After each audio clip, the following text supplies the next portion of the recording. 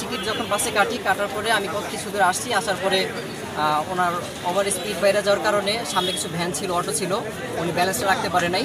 ওই ভ্যান অটোর জন্য হয়তো উনি ব্যালেন্সটা ঠিক করে রাখতে পারে নাই, উনি খাদে পড়ে গেছে।